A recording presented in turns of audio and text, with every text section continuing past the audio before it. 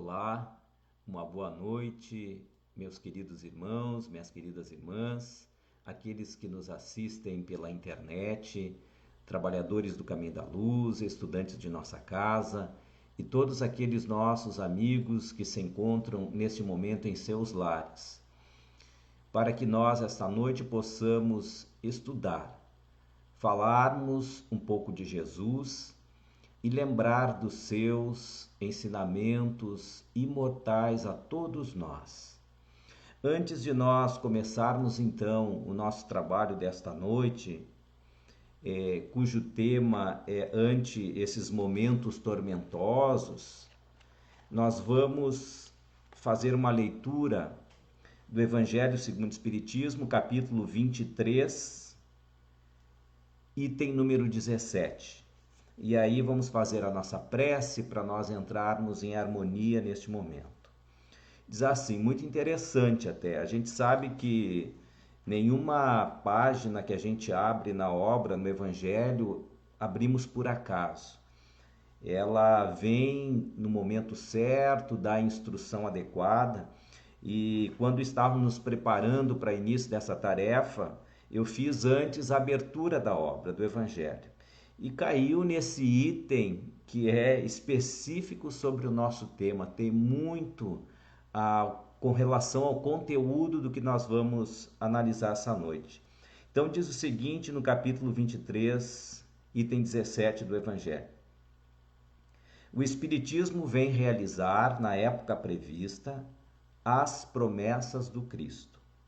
Entretanto, não o pode fazer sem destruir os abusos.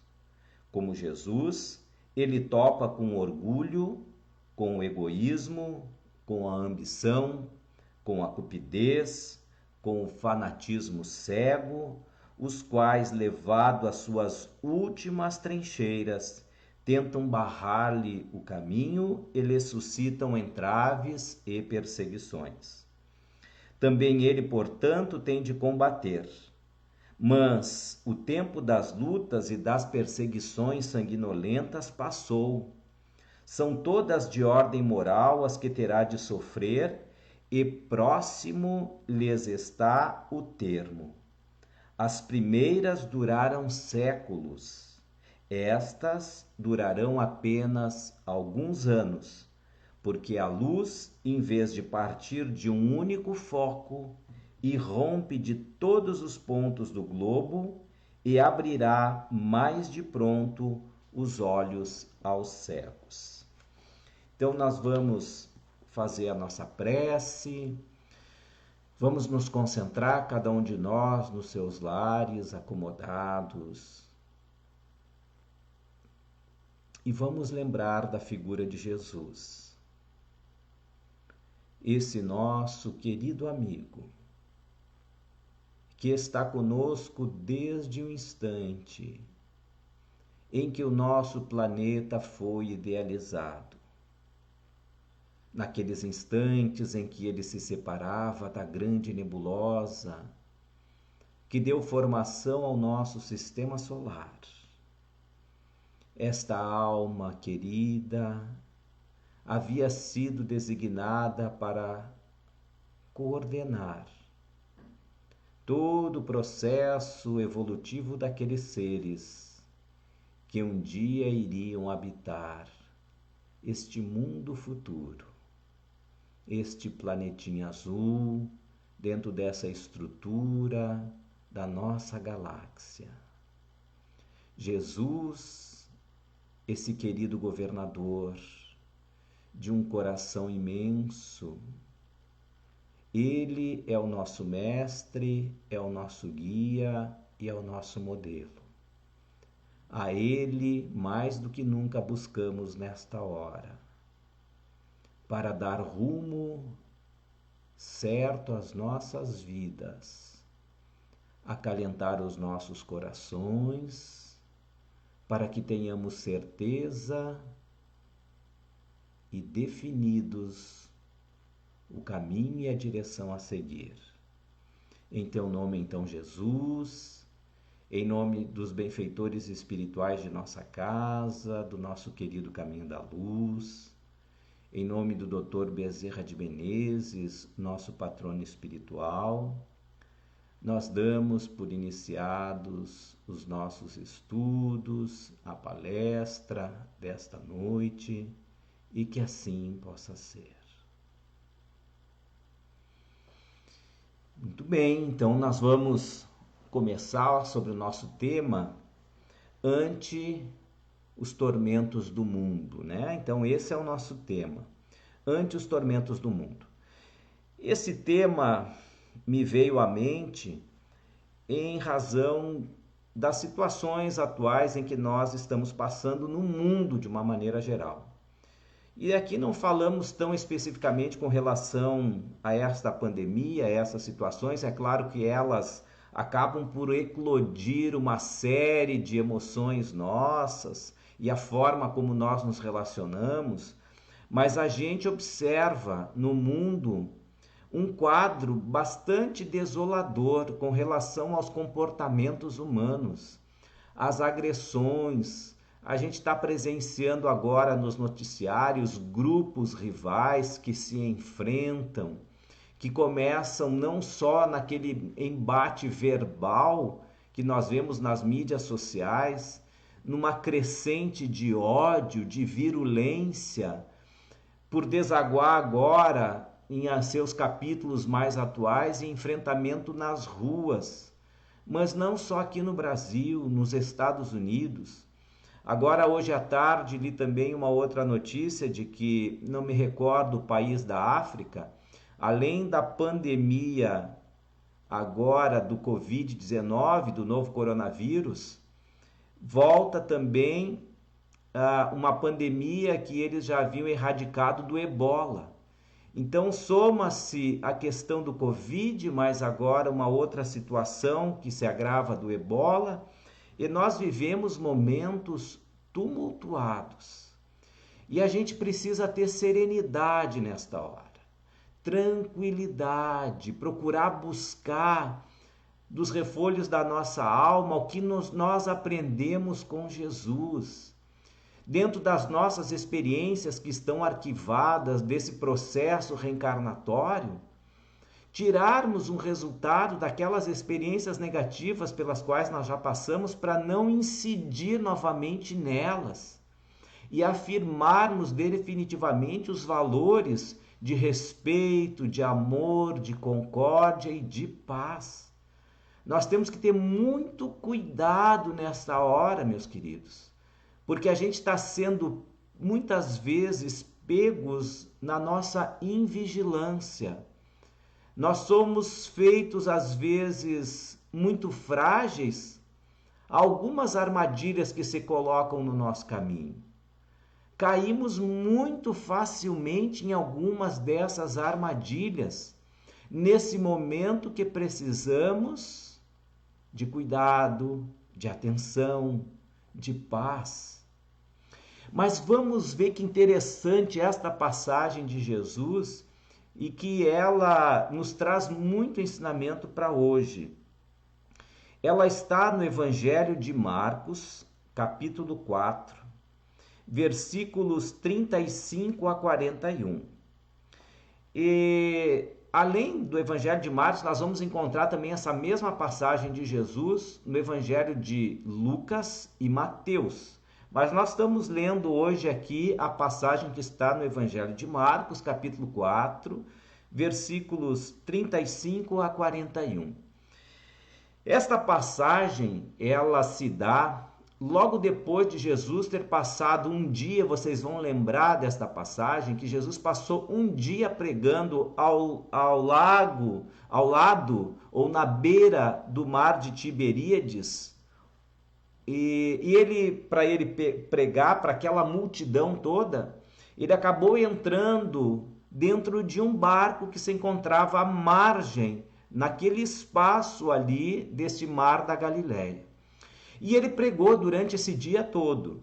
Depois que ele pregou é que começa esta citação de Marcos, quando diz o seguinte: naquele dia, quando já era tarde, disse-lhes Jesus: passemos para o outro lado, ou seja, passar para o outro lado da margem. Eles estavam do lado da Galileia, iriam então para a margem oposta. E eles, deixando a multidão, o levaram consigo, assim como estava no barco. Então, Jesus já estava no barco, os apóstolos entraram no barco e levaram Jesus com ele até a outra margem.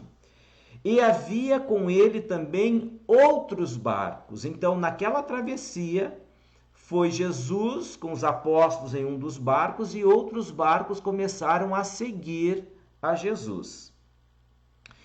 E no meio desta travessia, se levantou uma grande tempestade de vento, e as ondas batiam dentro do barco de modo que ele já começava a encher-se de água. Porque é interessante a gente observar que é aquele lugar, aquele lago, que na realidade era um grande lago, o lago de Genezaré, ou mar da Galileia, ou lago de Tiberíades, era o mesmo acidente geográfico. Era um lago, um grande lago, como a gente tem aqui no Rio Grande do Sul, o Guaíba, um estuário grande que não chega a ser um rio. Então era chamado de Mar da Galileia, embora fosse um grande lago, porque correntes de ar atravessavam aquele lago, porque naquela região da Galileia era cercado por grandes montanhas. E muitas vezes entre essas montanhas ficavam um grande corredor de vento. Então este lago tinha em determinadas situações, quando o vento corria por esses corredores das montanhas, dos aclives, acontecia de revolver o mar, de revolver o lago, formando grandes ondas. Nesse dia em particular acontece isso, começa essa tempestade, grandes ondas que começavam a bater no barco e a água entrar para dentro do barco. E a situação foi tão grave que o barco começou a ficar periclitante, ele poderia virar esse barco, sossobrar, perecer todos eles ali. Então os apóstolos começaram a ficar muito perturbados com isso. Jesus, porém, diz a narrativa de Marcos, estava na popa, na parte de trás do barco e dormindo sobre uma almofada. É porque os barcos naquela época tinham no lugar onde ficava o timoneiro uma almofada onde ele sentava. Jesus aproveitou aquele lugar para repousar. Então Jesus estava dormindo sobre aquela almofada na popa do barco. Então os apóstolos despertaram-no e lhe perguntaram: Mestre, mestre, não vê que estamos perecendo? E ele, levantando-se, repreendeu o vento e disse ao mar: Cala-te, aquieta-te. E cessou o vento e fez grande bonança. Então lhes perguntou: Por que sois assim tímidos? Ainda não tendes fé? Encheram-se então os apóstolos de grande temor e diziam uns aos outros: Quem porventura é este que até o vento e o mar lhe obedecem? Então é esta a imagem que a gente tem dos apóstolos dentro de um barco que vão atravessar o mar da Galileia. No meio daquela travessia o tempo muda, começa uma tempestade, Jesus está dormindo no barco e os apóstolos apavorados, porque a água começava a se fazer dentro do barco, eles iam virar, iam morrer todos. E eles daí acordam Jesus: Mestre, mestre, não está vendo que nós estamos perecendo? Que nós estamos à beira de morrer? E Jesus então ordena que parem os ventos, que cessem as ondas do mar, e pergunta aos homens: Mas o que é feito da fé de vocês? Por que vocês são assim tão tímidos? É sobre esse texto que a gente vai buscar algumas reflexões hoje. Olha que interessante. Jesus diz que vai sair da Galileia e vai até outra margem, partir de uma margem a outra. Isso é o que está acontecendo conosco. Nós estamos saindo de uma margem para alcançar a outra margem. Nós estamos nesse processo de turbulência, porque esse processo de transição até que a gente alcance a outra margem. E esse período de turbulência já começou. Não é de agora que isso está acontecendo. Nós vamos encontrar na obra A Caminho da Luz de Emmanuel a informação desse mentor espiritual do Chico, que um dos orbes da estrela de Capela, que é um dos sóis que rege o círculo de alguns planetas em seu entorno, um desses planetas chegou a um determinado momento desta transição. Então, Emmanuel faz relação a esse período que ocorrera lá atrás com esses chamados capelinos, com o momento que nós estamos passando agora. Ele diz assim: as lutas finais de um longo aperfeiçoamento estavam delineadas, isso lá em Capela, como ora acontece convosco, relativamente às transições esperadas no século XX, neste crepúsculo de civilização. Então, como essas transições que são esperadas agora no século XX, mas nós já estamos no século XXI, no início desse século XXI. Então, essas transições elas já se deram, já começaram. Nós estamos num processo de convulsão social, porque é parte desta transição. Porque nós nos encontramos como se fosse desse barco, saindo de uma margem para chegar até a outra margem. E nesse período as tempestades acontecem. E elas acontecem quando nós nos desviamos da rota. Quando nós permitimos que Jesus adormeça dentro de nós. A passagem em que Marcos relata, ela é simbólica sobre esse aspecto. Porque no momento daquela tempestade, Jesus estava dormindo. A gente fica perguntando, mas como é que Jesus estava dormindo num dos momentos mais difíceis para os apóstolos do ponto de vista do risco à saúde deles? Mas aqui é para nós pensarmos que muitas vezes nesses momentos de tempestade, Jesus está dormindo dentro de nós, porque nós deixamos ele dormir. Jesus nunca se afasta de nós, mas ele pode adormecer. Se nós não dermos voz ao Cristo dentro de nós, aí nós nos encontramos nas nossas tormentas. Quando a gente se afasta de Jesus, quando deixamos Jesus dormir dentro de nós, começam as nossas tormentas. E o que é deixar Jesus dormir dentro de nós? É quando nós não colocamos aquela rota que ele nos ensinou como a principal a que nós venhamos a seguir.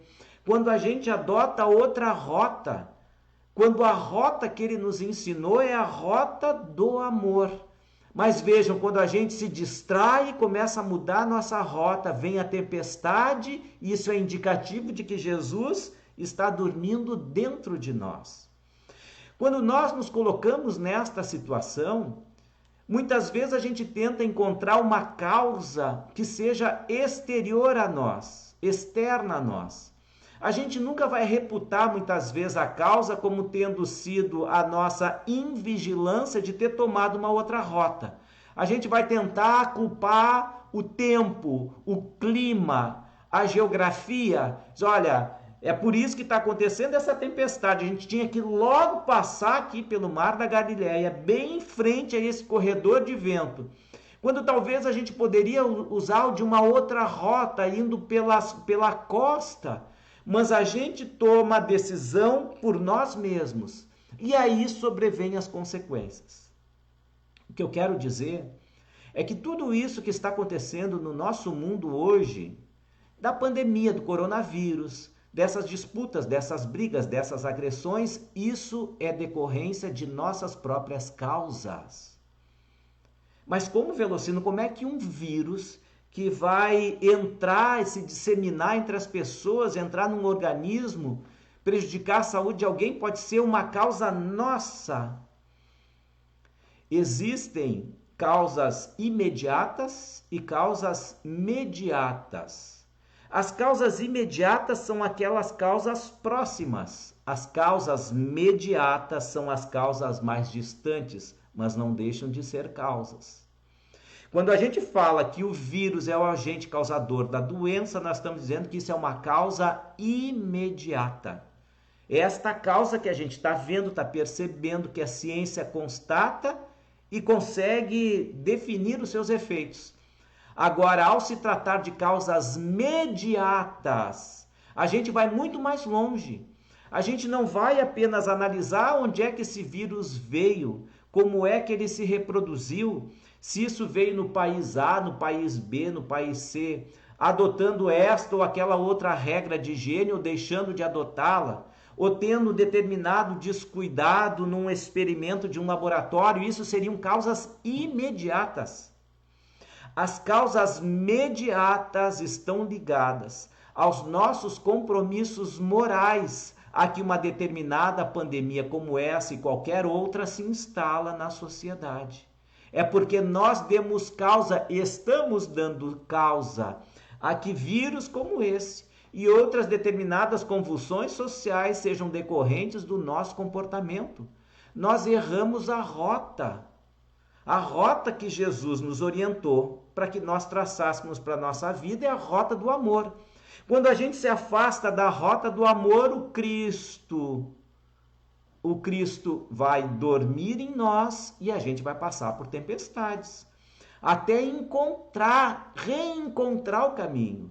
Quando a gente clamar por Ele, como fizeram os apóstolos, Senhor, mas vejam, até quando a gente está passando por dificuldade, a maneira com a qual a gente se relaciona com Jesus é ainda fazer uma cobrança dele. Nós erramos de rota, mas o que os apóstolos dizem assim, Senhor, não está vendo que nós estamos sossobrando? Acorda Jesus e cobra ele. Então é assim que a gente faz muitas vezes, não é? A gente ainda cobra de Jesus, olha, Senhor, está vendo o que está acontecendo conosco? Olha a situação que nós estamos passando, olha o tormento que é essa situação que não vai fazer nada, Jesus. Nós erramos de rota. Causas e efeitos. Há causas imediatas e causas mediatas, que são causas indiretas e que muitas vezes são a base disso tudo. Quando algumas pessoas se encontram muitas vezes próximos a um determinado vulcão que vai entrar em erupção e aquelas pessoas vão morrer, o que aconteceu ali foi que a violência interna daquelas pessoas que se encontravam naquele lugar entrou em sintonia com a violência interna daquele vulcão e que ele entrasse em erupção e aquelas pessoas desencarnassem naquela situação. É uma violência interna de outras vidas, entrando em sintonia com uma potencial violência interna da crosta, para que esse desfecho se desse de forma coletiva para aquele grupo. Causas imediatas, o vulcão que entrou em erupção. Causas mediatas ou indiretas, as causas anteriores daquele grupo com relação ao aspecto moral de cada uma daquelas pessoas. Então, guardemos. Jesus veio nos ensinar a superar esse plantio vicioso que gera uma colheita desastrosa. Vou repetir. Jesus veio nos ensinar a superar esse plantio vicioso que gera uma colheita desastrosa. A nossa colheita desastrosa é decorrência do nosso plantio vicioso. Nós temos que começar a mudar isso. Esse momento de tormenta, de dificuldade, é o último instante para que a gente se acorde com relação a isso, meus queridos. Que a gente tome a rota do amor. Há muitos perigos nesta tempestade que a gente tem que dar conta, que a gente tem que observar. Muita coisa. Porque às vezes a gente tenta continuar navegando sem acordar Jesus. Já está na tormenta. Não, mas vamos continuar navegando sem acordar Jesus. Há tantos perigos e tantas armadilhas num comportamento como esse. Porque na nossa prece a gente lembrou aquele ensinamento de Emmanuel que Jesus fora designado quando o nosso planeta começou a ser formado naquela nebulosa que deu origem ao nosso sistema solar. E ele vem cuidando desta humanidade e mostrando-nos a rota certa, tanto daqueles espíritos que vieram de Capela, quanto tantos outros desorientados. A missão do Cristo foi esse, e tem sido esta, nos alertar. Então a gente tem que ter muito cuidado, porque há muito perigo, muitas armadilhas neste momento de tormenta. Se a gente querer continuar navegando por nossa própria conta, sem acordar Jesus, vai ser muito difícil. Vai ser muito doloroso para nós que perdemos a rota. Um dos perigos é a gente gerar, nesse momento, mais temor, mais tensão, mais raiva entre as pessoas. Como é que nós estamos agindo? Como têm sido as minhas ações no dia a dia?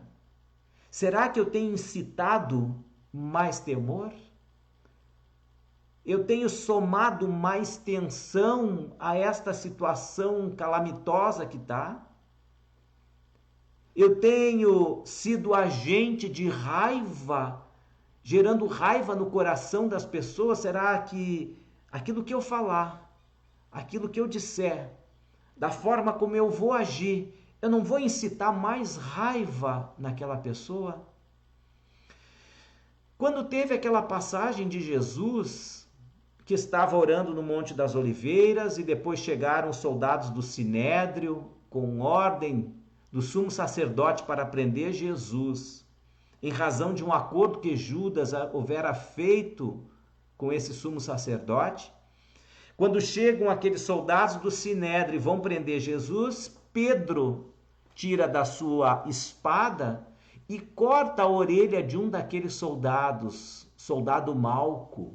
O que acontece naquele momento? Jesus realiza uma proeza, pega a orelha daquele soldado, coloca no lugar, ela cicatriza instantaneamente. Jesus se volta para Pedro e diz assim: Pedro, embainha a tua espada, pois quem com ferro fere, com ferro será ferido. Embainhar a espada nesta hora é cuidar da nossa língua afiada.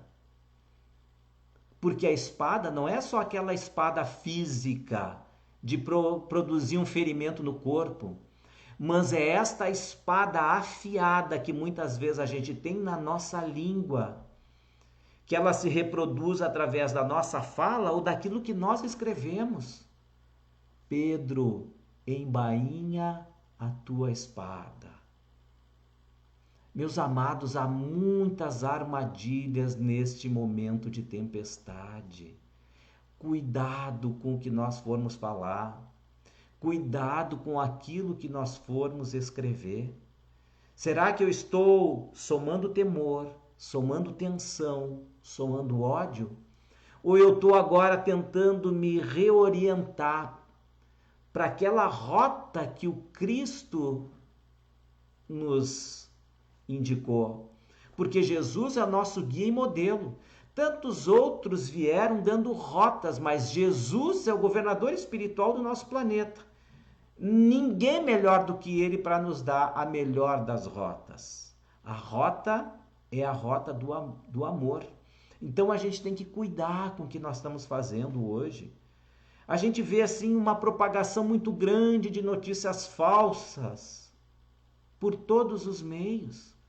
E a gente não se dá conta da origem daquela notícia, a gente vai lançando e vai produzindo outras pessoas com temor, com raiva, com rancores, tensionando essas pessoas com notícias que são muitas vezes notícias falsas. Haverá falsos cristos e falsos profetas. Nessas horas de tormenta acontece muito disso. E é uma pena que a gente está praticamente se desfazendo de um patrimônio que a gente já adquiriu durante esses anos todos que é o pensamento científico, o pensamento lógico. Parece que a gente está perdendo esse pensamento científico que a gente levou anos para construir e que é a base do Espiritismo. Uma das bases do Espiritismo é a ciência. Kardec trabalhou muito esta questão. Olha, é muito melhor, diz o Espírito Erasto no Livro dos Médiuns, a que nós rejeitemos 9 verdades a aceitar uma só mentira. Kardec deixou muito claro para nós que havia espíritos mistificadores. Amados, havia fake news do mundo espiritual para nós também naquela época, não é só na internet, não. Havia fake news em abundância naquela época, mas Kardec nos ensinou como separar a verdade da mentira, a luz da sombra. É preferível rejeitar 9 verdades do que aceitar uma única mentira. Compara, analisa. Tanto que Kardec coloca no Livro dos Médiuns um capítulo que é sobre mensagens apócrifas. Lá tem mensagens de Jesus, do apóstolo Paulo, de Santo Agostinho, mas que Kardec demonstra por A mais B que aquelas mensagens são mensagens falsas, são fakes. Havia fake news naquela época também, dos espíritos. Mas nós temos que ter esta lógica, meus amados. A gente não pode perder esta conquista de anos por leviandade nesta hora de tormenta. A gente fica perturbado, lê uma notícia, meu Deus, eu tenho que passar isso logo para diante, quanto mais pessoas souber, melhor. A gente não está preocupado com a origem delas, com a veracidade delas. Dali a pouco a gente está deixando de ter lógica completa sobre aquilo que a gente divulga. O pensamento científico foi algo que nós conquistamos a duras penas na nossa sociedade, na nossa história. De comparar, de observar, de analisar, de fazer hipóteses, de experimentar, de ver os resultados, de concluir. Tem que ter provas para a gente chegar numa determinada conclusão. A ciência é um patamar que se adquiriu dentro da estrutura racional e lógica da sociedade, que a gente não pode abrir mão dessa construção agora. E construção essa que serviu de base para a nossa doutrina espírita. Então nós temos que zelar por esse pensamento científico, por esse pensamento lógico. Galileu Galilei, século XVII, começou esse processo de revolução do pensamento. Diz, olha, ele ficava lá olhando o padre na missa, mexendo o turíbulo, que é aquele vaso onde ficava queimando o incenso, preso por uma corrente, e o padre ficava passando por entre as fileiras aquela fumaça da queima do incenso, e Galileu Galilei ficava olhando o padre movimentar aquele turíbulo. Mas olha só o que é o pensamento de alguém voltado para a ciência. Ele, olhando o padre movimentar, ele se deu conta que o tempo que levava para fazer uma oscilação completa daquele objeto para vir de um ponto até o outro e voltar, ele usava o pulsar do seu coração aqui, pegando a artéria que passa aqui pelo punho, ele media o tempo que levava e ele percebeu que o tempo era o mesmo. E a partir dali, ele estabelece as leis do movimento harmônico, que é a base de todo estudo das ondas. Qualquer estudo de ondas, hoje a gente vai se basear em cima de equações que são base desse movimento que é em ciclos, desse movimento harmônico. Então a gente vai estudar uma onda eletromagnética, uma onda mecânica, como uma onda sonora, nós vamos ter como base aí esse estudo que Galileu Galilei fez no século XVII, que estava dentro de uma missa, olhando o movimento do turíbulo e medindo o tempo com a pulsação sua, com a sua própria pulsação. Vamos dizer, tá certo que ele não estava muito interessado, talvez, lá na igreja, no sermão do padre, mas enfim, ele foi o protagonista dessa revolução do pensamento científico daquela época. A partir dali, tudo, a gente tem que observar, analisar, comparar, julgar, chegar a conclusões, isso tem um processo. Para deixar mais um exemplo, Claude Bernard, que foi um fisiologista francês da Escola da França. Esse Claude Bernard, ele foi estudar Por que que nós tínhamos a glicose no nosso sangue? Por que que a gente tem essa taxa de glicose? Por quê? Porque naquela época eles acreditavam o seguinte, que todo o sangue que nós temos no corpo é proveniente do alimento e não do corpo. O corpo não fabricava açúcar. Se a gente comia açúcar ou amido que se transformava em açúcar, era daí que vinha a fonte da glicose que nós temos no nosso organismo. Então, se a gente comer mais amido, mais açúcares, a gente vai ter uma taxa de glicose maior. Se a gente comer menos, uma taxa de glicose menor. Porém, olha só o que é a ciência. Bernard, para comprovar esta hipótese, ele fez experimentos em laboratório. Ele pegou animais e ele dividiu em grupos. Para alguns animais ele deu uma alimentação rica em amido, a outra rica em açúcares e um outro grupo em que esse grupo ficou sem nenhuma alimentação. Diz, olha, aqui vai ter muito açúcar, aqui vai ter um pouco de amido e nesse outro não vai ter nada de alimentação. Segundo a teoria dele, aqueles que consumissem mais açúcar teriam um índice glicêmico maior. Qual foi a surpresa dele? Em que todos os grupos haviam índice glicêmico, até naqueles que não se alimentaram de açúcar nem de amido. Foi aí que ele começa a desenvolver o estudo e a teoria da função glicogênica do nosso fígado. Isto é ciência. É disso que Kardec fala quando estrutura a doutrina espírita. Porque uma diferença, meus queridos, entre opinião e argumento. A gente pode ter opinião sobre algumas coisas da vida que não tenham relação direta com o pensamento científico. Agora, quando se tratar de um pensamento científico que foi feito com base em experimentos, em que a gente tem a constatação, aí não cabe mais opinião. A gente não pode chegar a ter opinião e dizer assim, não, é a Terra que se movimenta, é o Sol que se movimenta em torno da Terra. Não, eu tenho a minha opinião, tem a tua. Não, não é caso de opinião, porque aqui é caso de argumento e tem que ter argumento científico. Então a gente tem que cuidar nos dias de hoje com o que a gente está divulgando. Esses dias um amigo chegou a me dizer que estava na antessala de um médico que era num hospital. Era o corredor do hospital, muitas pessoas ali aguardando o médico chamar para consulta. E uma senhora estava ali falando de uma certeza que ela tinha para combater o novo coronavírus, o Covid-19. E ela estava dizendo para todo mundo, diz, olha, o que combate esse vírus aí é limão com paracetamol.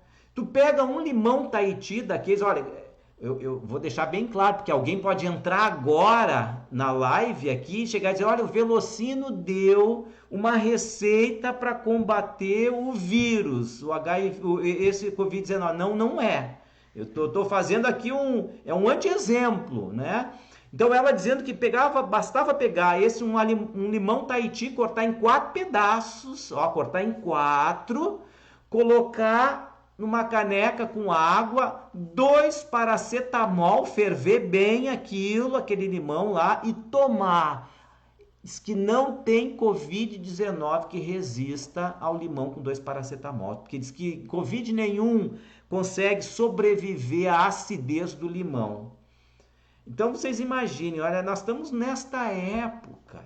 Houve uma construção do pensamento científico para a gente chegar agora e começar a ventilar informações como essa, gerando temor, tensão, pânico, negação sobre determinadas situações. Vamos aguardar, tenhamos calma. A gente está vivendo um momento tumultuado. Vamos perceber a fonte da onde vem a informação, da onde vem aquela informação. É de alguém que merece credibilidade? É preferível rejeitar 9 verdades do que aceitar uma mentira. Essas fake news estão disseminadas, meus queridos, até mesmo de mensagens mediúnicas. até mesmo de mensagens mediúnicas. Se a gente entrar hoje na página da Federação Espírita Brasileira, tem lá um comunicado da Federação Espírita Brasileira, tamanho é o número de mensagens, eles estão dizendo, olha, cuidado com a mensagem que vocês recebam. Há muitas mensagens falsas aí atribuídas a Chico Xavier, a Divaldo Pereira Franco, que é do espírito Eurípides Barçanufo, que é do espírito não sei quem. Cuidado! Não é porque uma mensagem, o conteúdo dela é bonito que a gente deve divulgar, porque muitas vezes a informação é falsa, a origem é falsa. Não é daquele médium, nem é daquele espírito, nem foi sob aqueles termos. Então a gente tem que ter cuidado, porque a gente quer muitas vezes ter segurança e quer se basear pelo argumento da autoridade. Eu vou pegar uma informação, mas ali diz, ó, o médium foi Divaldo e o espírito foi Joana, pronto, bastou para ser verdade. Não. Lembremos de Kardec, havia fake news na época dele. Muita cautela. E um outro perigo que a gente passa por tentar navegar por nossa própria conta sem acordar Jesus nesta hora, é porque nós estamos muitas vezes cada um remando para lados opostos. Cada um está com remo e está remando para o lado que quer, que não acabamos não saindo do lugar e muitas vezes com agressão mútuas. Um diz, não, a rota é para cá, o outro é para lá. Um gira para um lado, outro gira para o outro, aquilo não sai do lugar, vai girando e a gente vai se agredindo. Quando eu pensava sobre isso, eu estou fazendo essa live, eu estou com a família aqui em casa, tá? O Eduardo e o Rodrigo aqui comigo, eles já estão sorrindo, porque já estão lembrando do fato. Porque isso aconteceu, nós estávamos na praia, e um dia muito calmo, os meninos eram pequenos naquela época, os guris eram pequenos, tinham menos de, menos de 10, 11 anos, por aí. E aí entraram num pequeno bote inflado com 2 remos. Mas realmente estava muito calmo, sem nenhum vento, e eles brincaram, estavam remando, estava tudo muito bem. Mas chegou perto do meio-dia, a gente não era acostumado com aquela região, o vento mudou, e o bote começou a ser empurrado para dentro, para o fundo. Uma pessoa que estava próxima a nós se levantou, que era morador lá, chegou até nós assim, olha, eu percebo que vocês estão muito tranquilos aqui, eu sou morador daqui, quero lhes dizer o seguinte, que agora, mais ou menos nesse horário, sempre muda a orientação do vento. E eu estou percebendo que os meninos estão se afastando. Quando a gente olhou, eles estavam mesmo se afastando. E mais, eles começaram a brigar entre eles, porque cada um estava com remo, e aconteceu justamente isso. Um remava para um lado, um remava para o outro, o barco ficava girando em círculo, eles começaram a brigar entre eles. Estavam quase saindo do barco, um queria abandonar o barco ali, disse, não, fica tu, eu vou abandonar esse barco, aquela briga. Porque é isso que acontece nesses momentos de tempestade, cada um quer remar para um lado, acha que está com a sua razão e a gente começa a brigar entre nós porque Jesus está adormecido em nós. A gente fica criando grupos. Tem o grupo do laranja e o grupo do roxo. E a gente fica brigando entre nós. Diz, não, o laranja está certo, por isso, por aquilo. Não, o roxo está certo, por isso, por aquilo. E a gente ainda quer tentar ajustar o ensinamento de Jesus num desses grupos ainda. Não, Jesus está desse lado por causa disso. Não, Jesus está desse outro lado por causa disso. Ora, mas não foi o próprio Jesus que disse, dai a César o que é de César e a Deus o que é de Deus? Enquanto César for do mundo, não há espaço para Deus. Enquanto César for do mundo, não há espaço para Deus. E mais, a gente fica caindo nessa armadilha, tentando achar um determinado grupo, achar vícios e erro no outro, estamos brigando, fazendo mais tensão, mais ódio, mais temor. É esta rota que Jesus orienta para nós. E a gente vai pensando, sem querer, a gente vai pensando, bom, nós estamos num período de transição. Então nós vamos passar para o mundo regenerado. Ah, não, mas Jesus está comigo porque eu sou laranja. Então a gente vai pensar, olha, no mundo regenerado só vai ter laranja. Só os que pensam iguais a mim, não, porque tem Jesus no coração por causa disso. E os roxos vão pensar, não, nesse mundo regenerado só vai ter roxo. Então o grupo dos laranja pensa que no mundo regenerado só vai ter laranja. O roxo pensa que no mundo regenerado só vai ter roxo. E uma pergunta que fica: há lugar para o ódio no mundo regenerado? Vamos pensar. Há lugar para o ódio no mundo regenerado? Como é que alguém que carrega o ódio no coração vai entrar no mundo regenerado? Se a gente prega o ódio, seja por quem for. Aquele que pensa diferente de mim ou porque está desorientado, cabe de mim, por orientação de Jesus, que a gente ore por ele, que a gente auxilie ele, que nós estendamos a mão para ele até o último minuto para tentar ajudá-lo, não para acabar com ele, não para destruir. Pedro, embainha a tua espada. Não há lugar para o ódio no mundo regenerado. Nós iremos nos surpreender se no mundo regenerado não tiver nem o laranja nem o roxo. E mais, é capaz de laranja e roxo irem para o mundo primitivo e depois terem que voltar juntos de mãos dadas, se amando. Se amando. Vamos dar um basta nisso tudo? Vamos acordar Jesus em nós? Porque, meus queridos, quem fará esta divisão do mundo regenerado para aqueles que ainda precisarão aprender no mundo primitivo serão os anjos, não serão nós. Ainda bem que não somos nós, porque nós não temos competência para isso, não temos misericórdia para isso, não temos justiça ainda para isso. Porque uma coisa que se aprende com a doutrina espírita é que não há verdadeiramente justiça sem amor. Aprendemos com a doutrina e com Jesus. Não há verdadeira justiça sem amor. Então não seremos nós que vamos fazer essa justiça, esta separação.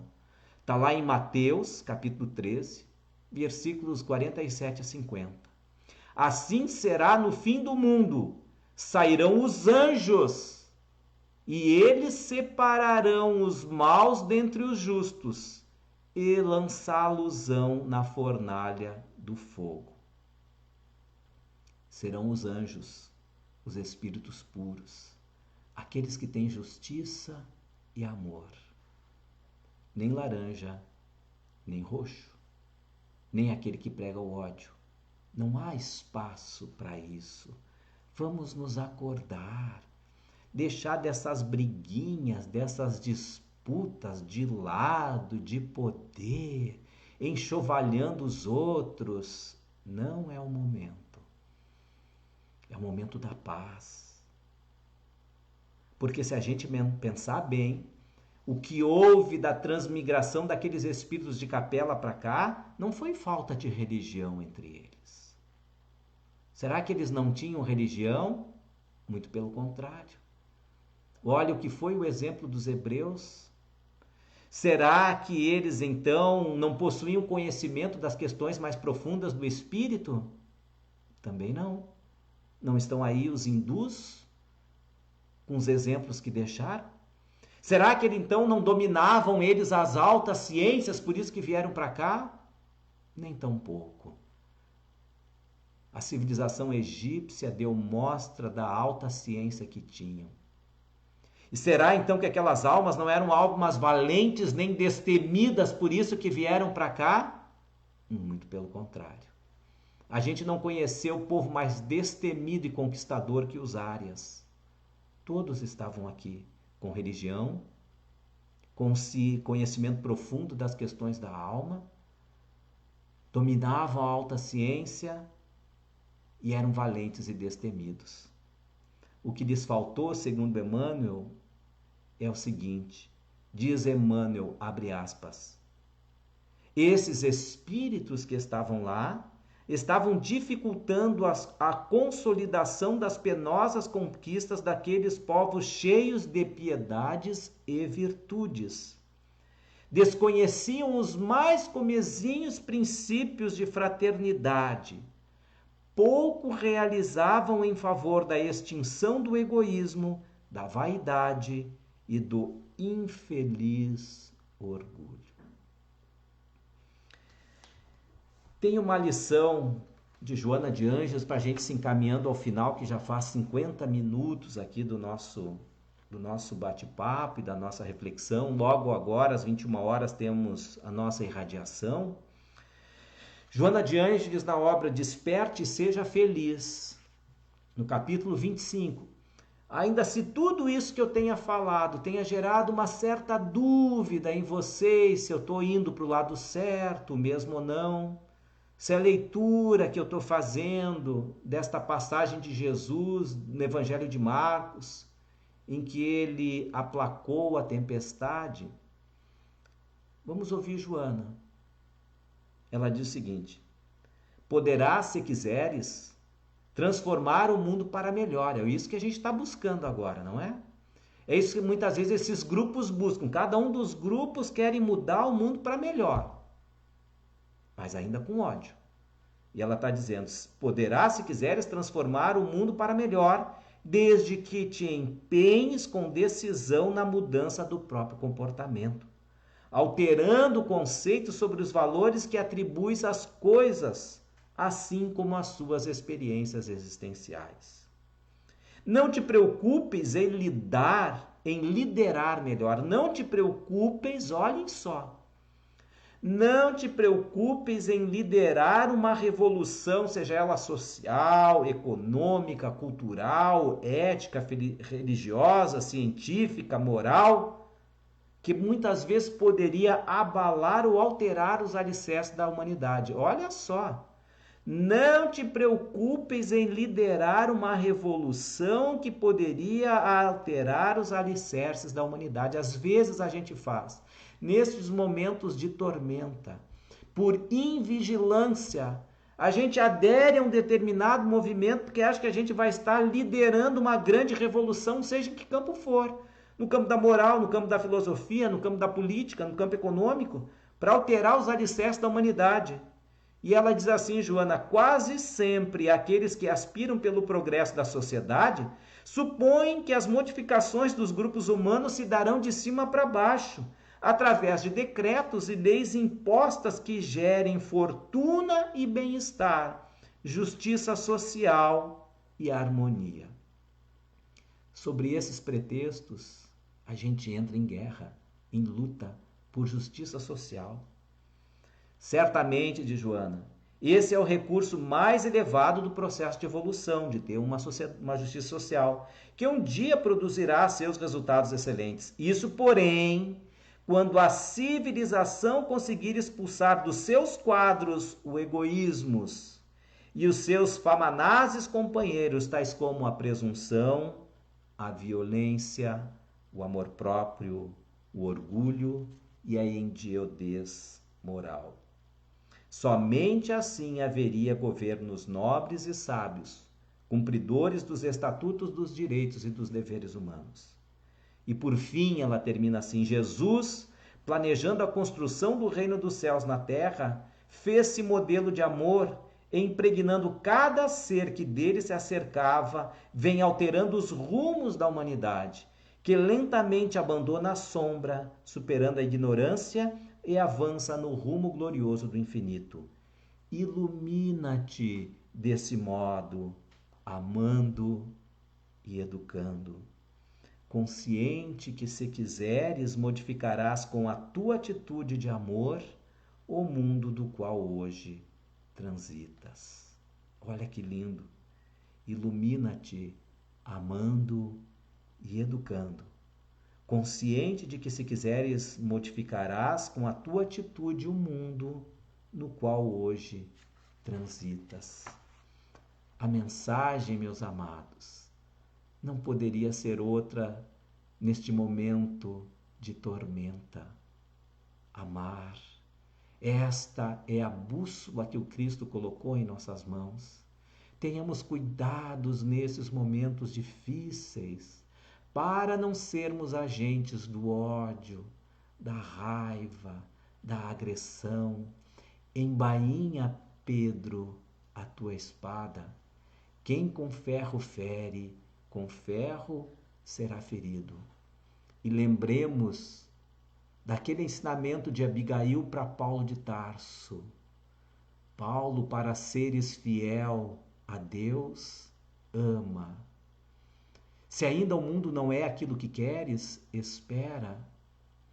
Se precisas edificar virtudes, trabalha. E se aqueles que ainda são próximos a ti te atingirem, perdoa. Ama, Paulo. Espera, trabalha e perdoa. A nossa bússola para o porto seguro de um mundo regenerado de paz. Tenhamos cuidado, não vamos entrar nas armadilhas deste mundo. Que Deus abençoe a todos nós. Em nossa oração de encerramento,